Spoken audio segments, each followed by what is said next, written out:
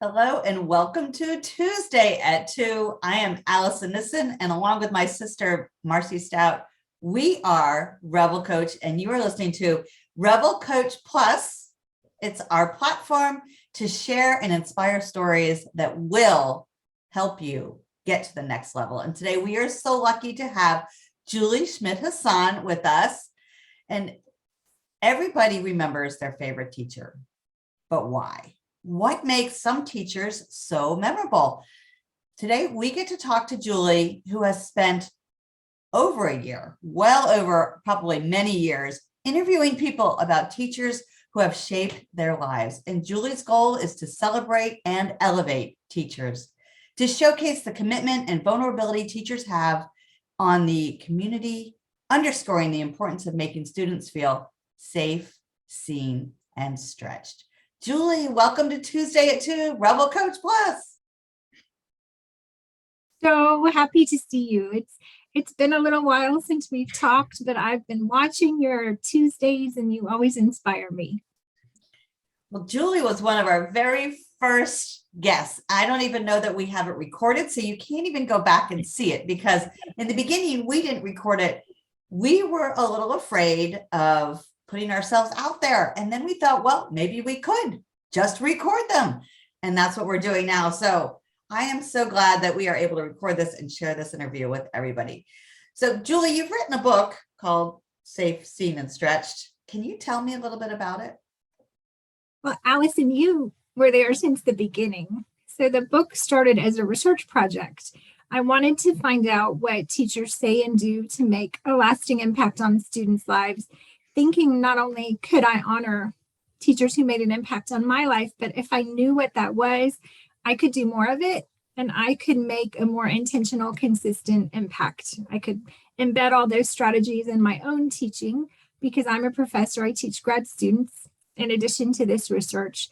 But after a while, the stories people shared with me were so beautiful and inspiring that I thought I have to share these with teachers. Teachers need that kind of affirmation. And I decided to go to a writing group. And who was leading that writing group but Alison? And I said, I'm working on this project. I think I could share it in a blog. I had no idea how to do a blog. I thought maybe I could if I just had the right advice and help. And so you really helped me think about how do we frame these stories and how do we communicate them in a way that inspires teachers and that makes sense to people and that pulls out the strategies they can use. So the Chalk and Chances blog started because that's what my teachers did to impact me, used lots of chalk and gave me countless chances. So the blog, after a while, had so many stories and we began to analyze the data and see themes, and eventually it just made sense to release those stories as a book. Well, okay, so you started this years ago, and then since then we've had a huge shift in the teaching education because of the pandemic. So what type of changes have you seen, and how is it? So your book came out at the perfect time because teachers truly need to be inspired because they've had this problem with the pandemic.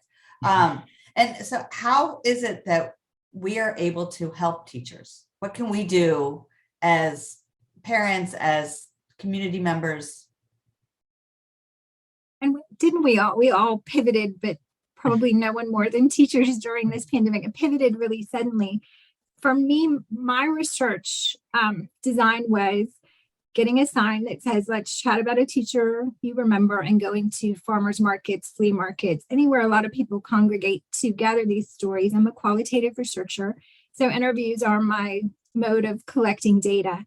And I had always planned to end data collection and start writing in March 2020. So I don't know why, that just seemed like the right amount of time, and then begin writing. So for me, the pandemic and the shutdown was writing time. But it was interesting during that time to watch teachers. My daughter was a first year, third grade teacher when that happened. And so suddenly everything went remote.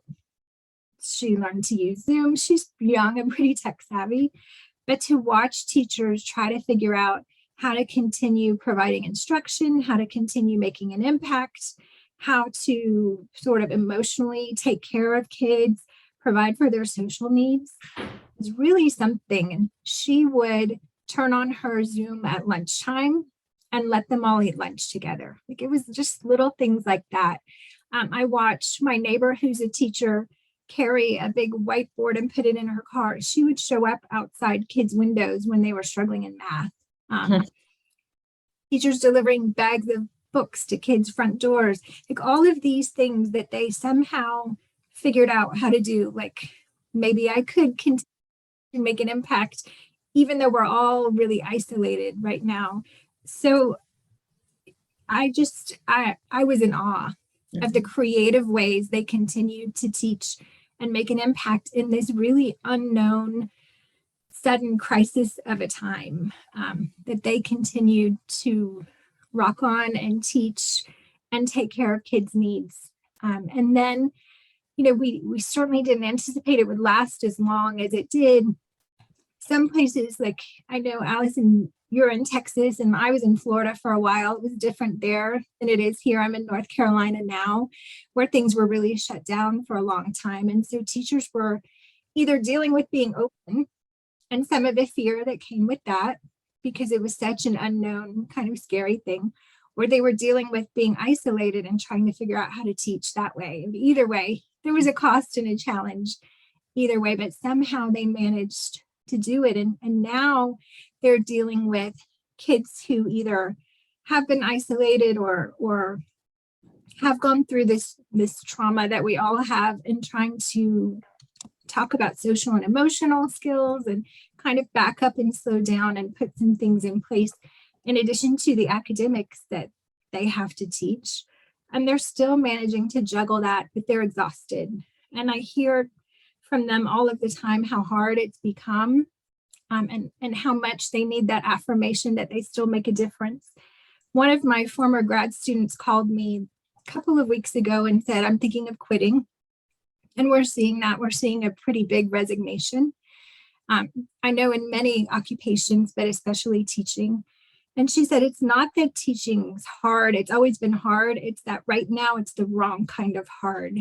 And I felt that for her. And so I hope that this work, this book, the things that I put out on social media, at least affirm for them how important it is and how amazing they are, that they can still, in all of this craziness, see the potential in kids and see their role in helping kids reach that potential. What a worthy cause. Like, I love your viewpoint, because, from the professor's point of view, from the mother's point of view, having a daughter who is a teacher, from even just having children go through the education system, you have so many different viewpoints. So you really understand what's so important. So I love what you're doing. Is there, from the book, like a favorite story, or, I'm sure there's probably so many, but do you have any favorite stories that you'd like to share to give our members a little bit of insight to your work and research?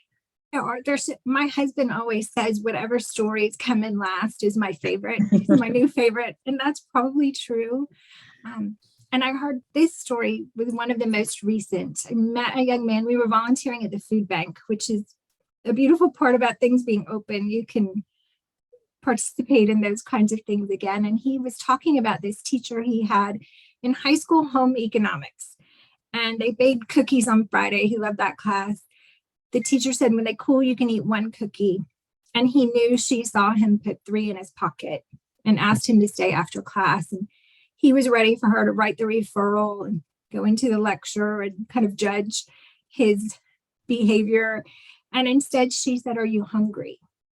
Like, kind of had all that judgment, all that frustration because he didn't do what she directed, and asked that question.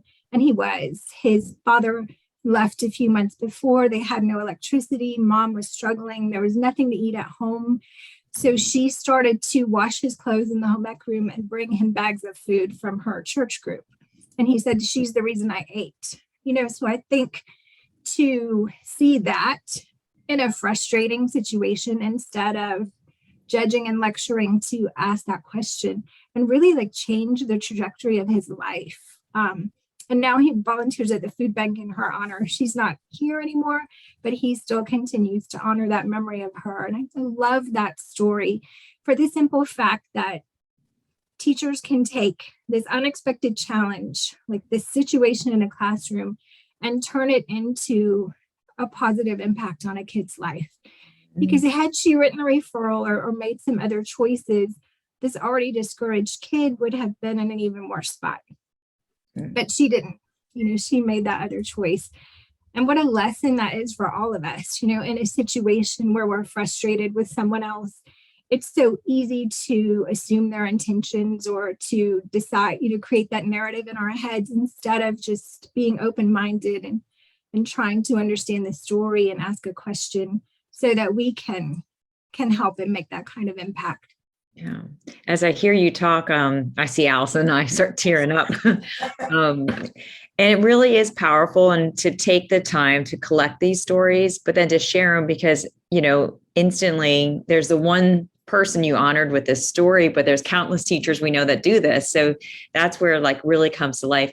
So I could see this book being a fantastic gift for teachers, as we start kind of figuring out the year-end teacher gift baskets that we do. So I know I'm going to get a few. I got some teachers I'd like to, to send this gift. Thank you, Marcy. Yeah. Is it on Amazon? How do you buy it? It's on Amazon. Safe, Seen, and Stretched in the Classroom: The Remarkable Ways Teachers Shape Students' Lives. And really it follows, thanks to Alison and her skill in developmental editing and advising me so well, it follows the research. It's a narrative, and it follows me to the farmer's market. And so I hope when people read it, they feel like they were there, meeting people and hearing the stories, and then figuring out what the stories mean for us. How can we take those strategies and incorporate them in our own lives so that we can make a bigger impact on anybody we serve? It changed me as a mom, as a teacher, as a colleague, as a spouse, as a daughter. Because when you start to think about it that way, like how can I try to understand the people around me and respond in a way that somehow meets their needs, you naturally become a more impactful, more compassionate person. Julie, tell me about the very first time you put that sign up at the farmer's market. And you know me, Alison, so I'm naturally introverted. It was when we designed that study, the only way to really, I started out trying to talk to teachers about their impacts. We don't know unless a student comes back to us or writes us a letter years later. We don't know what our impact has been. So I knew I had to talk to former students.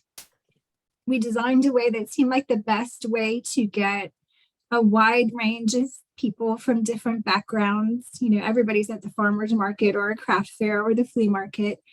But to put that sign out was putting my introverted, highly anxious self out there in a way that seemed really scary. What if they rejected me? What if all the what ifs that are really dumb when you think about it, like what's the real danger? But it felt scary and dangerous. And it took me a while to figure out how to approach someone or how to receive that story. At first, I started audio recording. That automatically made people a little nervous, and they weren't as forthcoming.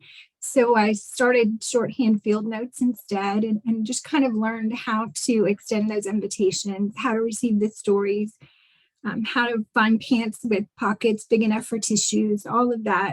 Ended up crying in the streets of Lakeland with strangers, more than I could even count. And it just became a natural thing, but I had to do it many, many times before it became natural. Mm-hmm. There's a real theme of vulnerability, like it sounds like, with not just you as interviewing, but also like teachers and how they kind of have to put themselves out there. How do you feel that vulnerability is powerful for teachers, or how does it kind of come to life in different facets of their job? I think, whether we're researchers or teachers, it's the only path to true connection is to be vulnerable, to show up as your messy, imperfect self, to stop worrying about how things will be received, what anybody else thinks, all the crazy shallow things we worry about, and really be open to receiving someone else's story, sharing your own story. And that's how we connect. And when teachers share their struggles in the classroom, they model for kids how to persevere, that it's okay to struggle. And I had a former student say to me, the fact that my teacher shared that she was imperfect gave me permission to be imperfect too, and to make a mistake too, because mistakes were not just tolerated, they were celebrated in this teacher's classroom. What a beautiful build to say, we're going to celebrate these mistakes. That's how we learn. And I make them too. That's wonderful. So how are you getting your book out there? Are you doing speaking tours? Are you Zooming some things? How can our community help you? I definitely would love your message to be out there in our community and to people I know. So it's kind of a selfish question, but I'm pretending that it's on behalf of our members. No, it's a good question. And I have to say it's a question I struggled with, because writing a book is one thing. Promoting a book is something else. Promoting a book when you're kind of introverted and you feel like maybe that's icky, to promote something that you've created. I had to do a lot of work on that. And I know you guys have done that kind of work on getting the RevelCoach message out. How do we share what we have with people in a way that feels genuine and as if we're sharing something that's helpful and not promoting or selling or all of those things that come with running a business. So I've been on podcasts. This is my favorite, but I've been on others to promote the book. I do a lot of speaking. I haven't done as well prospecting for speaking as I am now. My husband is a professor in the College of Business. So he said, you have all of this information. You have all this business information across the dining room table, but it's a mindset. So you have to decide that it's okay to share what you've created. And he said something that really changed things for me. He said, you want to give everything. I would give 1 million books away if I could. I would speak for free if I could. But if you don't start managing this like a business, you won't be able to do that. You won't be able to, if you don't sell any books, you can't give more away. If you don't get a fee for speaking ever, you won't be able to take advantage of those free speaking opportunities. And so I had to shift that mindset a bit. And I know you too, because of the way you coach women in business. I've probably heard that a million different ways. But for me, I've been working on that. And how do I let people know that this work is out there in a way that feels genuine and good, and that it's likely to be received that way? So we've definitely heard this before, and we've definitely coached this before, but I'm not sure we ever heard it as well as we just did today. That was so well said. So I love that little insider's view, because it is true. I mean, we start businesses because of our passion, but if you aren't fueling it with financial results, the passion will fade out, and you can't actually reach as many people if you don't have the funds to do more and things like that. So I love how you said it. All right. So let me ask another questions on the book tour. So it feels to me, and I actually already have it in the Amazon book ready to press buy. Thanks, Marcy. But it feels to me, it's like a celebration of teachers. And it feels to me the biggest trend in all industries, but especially the teacher industry, is retention or resignations. So it feels like an administrative talk on using your work to celebrate all these little things that even administrators don't have time to even know that this is going on. Like, they don't know these stories. And so if they really wanted to have better retention's expensive. Attrition is expensive. So to hire you to talk to the leadership team about how do we notice these stories and how do we bring these stories to life in our school, so that way people feel seen and not stretched thin and valued on stuff. It seems to me like a very low expense relative to losing one teacher, relative to losing 5 teachers. I think we estimate $20,000 to recruit, onboard, and train a new teacher. Mm-hmm. That's, in many places, half of what they make and half Right. of their salary in a year. So I have been invited to speak to, especially in districts, groups of principals to say, how do we keep our teachers? The funny thing is the book is about how teachers help students feel safe, seen, and stretched. But really, that's what teachers need from principals too. Yeah. If I look at the things teachers say to me when I interview them about their work, they want to feel safe, seen, and stretched in their schools as well. So much of the strategies are the same. And really, any kind of leader can incorporate the same. We all want to feel safe, seen, and stretched at work. Yeah. It's How beautiful. can we take some of these strategies and actually translate them into a business corporation, for example? If we unpack safe, which is a big umbrella category, under that, there are things like creating a space of psychological safety where people can make mistakes, where you won't risk rejection or humiliation or any of those things that are a danger to our psychological safety. The concept of trust comes in there. How do we build trust? And we have research to know what that is. That there are components like benevolence and honesty and reliability that we can make sure we incorporate in our work. So trust is in there. And then things like identifying people's strengths and building on those strengths, that's part of feeling seen. So it's things that are simple but not easy because they take focus and intention and some effort and time, but pay off, like Marcy said, in retaining our people, but also in helping our people reach their potential, and helping them perform beyond what they even thought they could do. Well, I love the expression, it's simple, but it's not easy. Mm-hmm. Because so many things that we do, it's that way. It's simple, but it's not easy. And it's not easy in many different facets. Mm-hmm. And to me, that's just a great expression. And it shows that you really have to have a commitment. Yes. Yeah. Well, this is so wonderful. I always wish we would go longer than 30 minutes. And often I wish we were just in person so we could be chit-chatting over coffee too.